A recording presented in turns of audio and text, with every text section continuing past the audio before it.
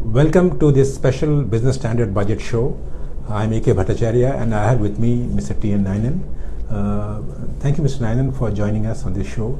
The sense I got from this budget of Mr. Arun Jaitley was that probably he hasn't done any harm and he has stayed on the path of fiscal rectitude and also introduced some welcome progressive taxation reforms in terms of tax rates, particularly for the low income people. What are your broad understanding of this budget?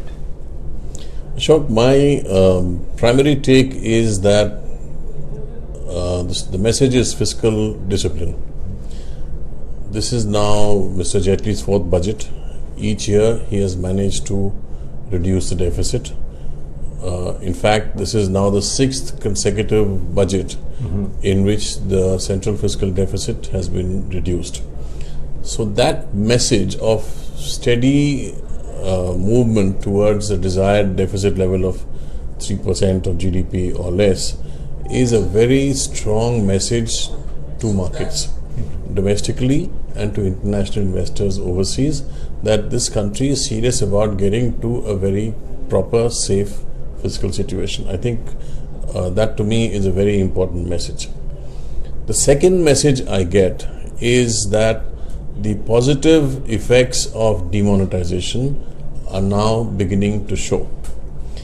If the finance minister manages to deliver on his budget revenue numbers for income tax, on top of the surge in income tax already this year, which may be because of the disclosure schemes and other black money measures to some extent, then over 2 years, income tax collection would have grown by more than 50%, which is extraordinary. Absolutely. And one, it's healthy to have more tax coming from direct taxes instead of indirect taxes. There should be taxes on incomes and not on goods. And second, it means that many more people are going to be paying tax. So these two are very strong positives in the budget. I entirely agree with you. And I think your message about not doing harm, I suppose the surge in stock market prices today would be a reflection of the fact that he has not taxed capital gains on shares in the way that many had thought he might. So the fact that he didn't do it, the market has reacted with relief and shot up. And even though he did not fulfill his earlier promise of reducing tax for the corporations. Absolutely. Coming to his revenue numbers, while the tax revenue numbers, as you rightly pointed out, assume certain buoyancy and 25% growth in personal income tax is going to be a task. But if you look at his capital receipts, he is now budgeting for around 72,000 crore of revenues from disinvestment, listing of PSUs and strategic sales. Now, his track record in the last 2 years, he has set very ambitious targets every year, and he has only achieved maybe 60 to 70% of that target. And this year he has gone up by 60%. Now, if that number doesn't sort of get achieved, then the budget entire assumption probably would take a hit. So, I mean, do you think there is a downside risk on disinvestment, as you've rightly said? The numbers have not been achieved in past years. But on the other hand, the tax revenue assumptions are very modest. Excise revenue collection is to grow only by about 5%. Customs is modest. Corporation tax, I think, is modest, if I'm not wrong. So there is, in my view, a cushion on the tax numbers which should keep him comfortable. Yeah, that's right.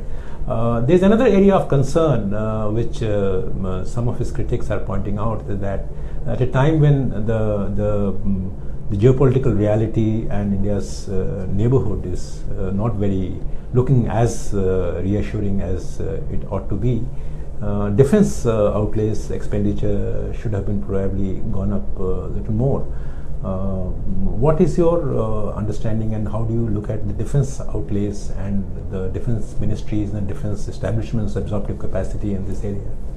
I completely agree with you that we are underspending on defense. But it is possible that the primary problem with defense is not the budget. I think the primary problem is the inability to get the purchase and manufacturing system into shape. We are not efficient in the way we do things. There are endless delays in both purchase and manufacture. So the ability to spend is also a real constraint. Yeah. So I think that needs to be fixed, which is government, despite having an intelligent defense minister, not able to do. Yeah. And on the big ideas in the budget, probably it's a relief. And when I met the finance minister this afternoon, he assured me that he is not going to look at the universal basic income idea unless he is assured of a political system where it is possible to phase out the existing schemes of subsidies, handouts to people who are deserving. So, do you think this is also one of the areas where the finance minister has taken the right step of not embarking on something which could have bled him financially?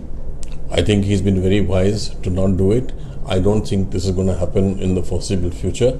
No finance minister, no state government is going to get rid of those subsidies. Central subsidies in any case are now quite small because you've got rid of all the petroleum product subsidies. Yeah. So what is left is food and fertilizer.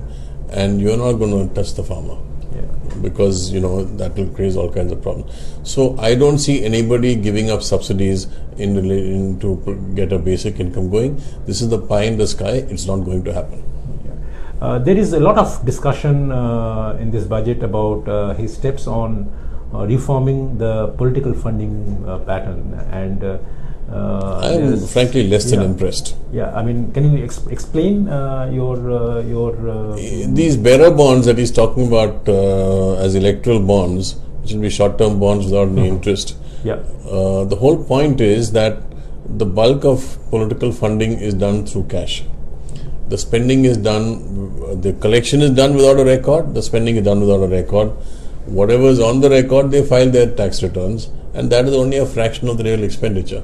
So I do not believe that either of the two steps that he has taken will make a significant difference. And if 20,000 donation comes, every MP spends 10 times what he's supposed to spend in his election spending, and that's not going to change because you have bearer bonds, or because 20,000 rupees contribution becomes 2,000 rupees, the spending will remain. And so the real effects of these schemes may be I don't think, my assessment is it won't make a difference. Okay. There is also another biggish announcement on abolition of the Foreign Investment Promotion Board. There are views and there are doubts whether it is actually a big step, because effectively very few applications for foreign investments were going to FIPB, and whether actually the delegation of the powers of clearing applications from the finance ministry, which is to head the FIPB, going to the respective ministries will actually happen or not is a moot point. So what are your thoughts on it? Well, Ashok, the point is we don't know what is going to replace the FIPB for non-automatic foreign investment. If it's non-automatic, somebody has to apply his mind and say yes or no. Today it is the FIPB, it's an established system. Tomorrow what is it going to be? Is it going to be individual ministers? Is it going to be the Prime Minister's office? Is it going to be the Finance Minister? We don't know. So until we know whether the new authority who will say yes or no for non-automatic route, how do we assess whether this is good or bad? Yeah. And as part of that do no harm principle, probably that he has not tinkered much with the excise and the service tax rates. Would you agree with that? That keeping them as they were is a good move, or he should have probably tried to realign the rates closer to what would be the GST rates approved by the council? Well, in my view, he should have used the opportunity to align the rates to what the GST rates would be. But my understanding of his position is that he's not going to do it, let the GST council do it. It's their job, so why should he take on that responsibility? Let the council decide, which is, I suppose, okay. But whether he's rejig the rates or not, we don't know, because we haven't had the time to study the detailed numbers, because he did say that he's corrected some inversion tax issues where the tax on the inputs is higher than the tax on the final output.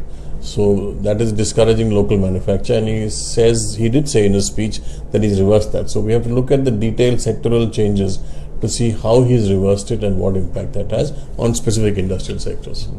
One more question on the union budget, the main part of it, on the capital expenditure. The actual capital expenditure outlay has gone up to over 3 lakh crore, which is a big increase compared to the budget estimates. But if you compare it with the revised estimate, it's only around 11%. Now, this is exactly the increase that was seen in the current year compared to the previous year. Now, if your fiscal deficit is being allowed to rise by 0.2 percentage point in a year, and you have only achieved 11% increase in your capex, do you think that equation works, or do you think something more could have been done? Well, his basic stance in this budget is to be cautious and to be careful in what he does.